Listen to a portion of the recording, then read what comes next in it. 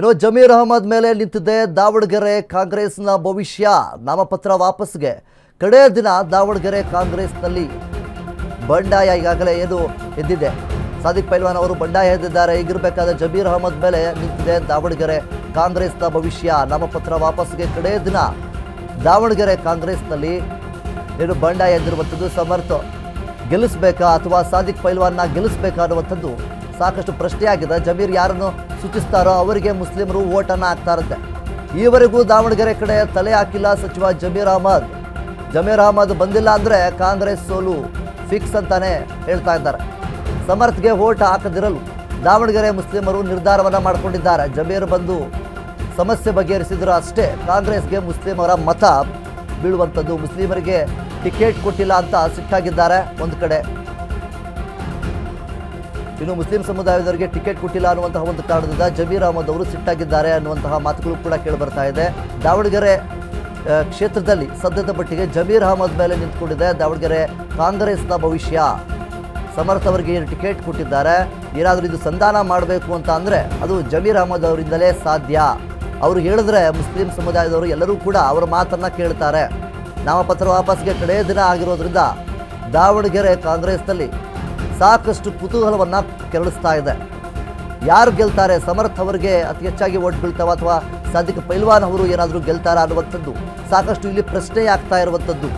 ಯಾಕೆಂತಂದರೆ ನಾವು ಇಲ್ಲಿ ಗಮನಿಸಬೇಕಾಗಿರುವಂಥದ್ದು ಏನಪ್ಪ ಅಂತಂದರೆ ದಾವಣಗೆರೆ ಕ್ಷೇತ್ರ, ಈ ಒಂದು ಕ್ಷೇತ್ರದಲ್ಲಿ ಮುಸ್ಲಿಮರು ಹಲವು ವರ್ಷಗಳಿಂದ ಅವರು ಕೂಡ ಕಾರ್ಯಕರ್ತರಾಗಿದ್ದ ಪಕ್ಷದಲ್ಲಿ, ಕಾಂಗ್ರೆಸ್ ಪಕ್ಷದಲ್ಲಿ ಕಾರ್ಯಕರ್ತರಾಗಿ ಕೆಲಸ ಮಾಡ್ಕೊಂಡು ಬಂದಿದ್ದಾರೆ.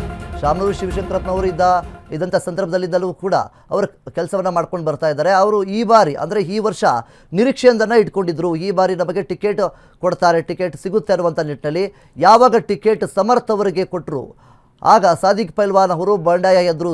ಮತ್ತು ಏನು ಜಮೀರ್ ಅಹಮದ್ ಅವರಿಗೂ ಕೂಡ ಅದು ಇಷ್ಟ ಆಗಲಿಲ್ಲ. ಒಂದು ಕಡೆಯಿಂದ ಅವರು ಕೂಡ ಈಗಾಗಲೇ ಮುನಿಸ್ಕೊಂಡಿದ್ದಾರೆ ಅಂತಲೇ ಹೇಳ್ಬೋದು.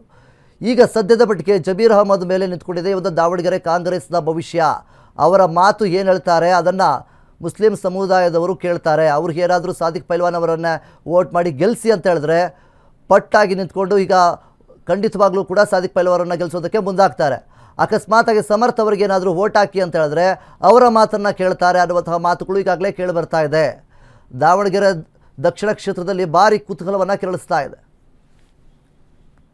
ಅಲ್ಪಸಂಖ್ಯಾತರಿಗೆ ಬಹಳ ವರ್ಷದ ಟಿಕೆಟ್ ಕೊಟ್ಟಿಲ್ಲ, ಕೊಡ್ರಿ 90,000 ಜನ ಇದ್ದಾರೆ, ಕೊಡ್ರಿ ಅಂತ ಕೊಟ್ಟಿಲ್ಲ.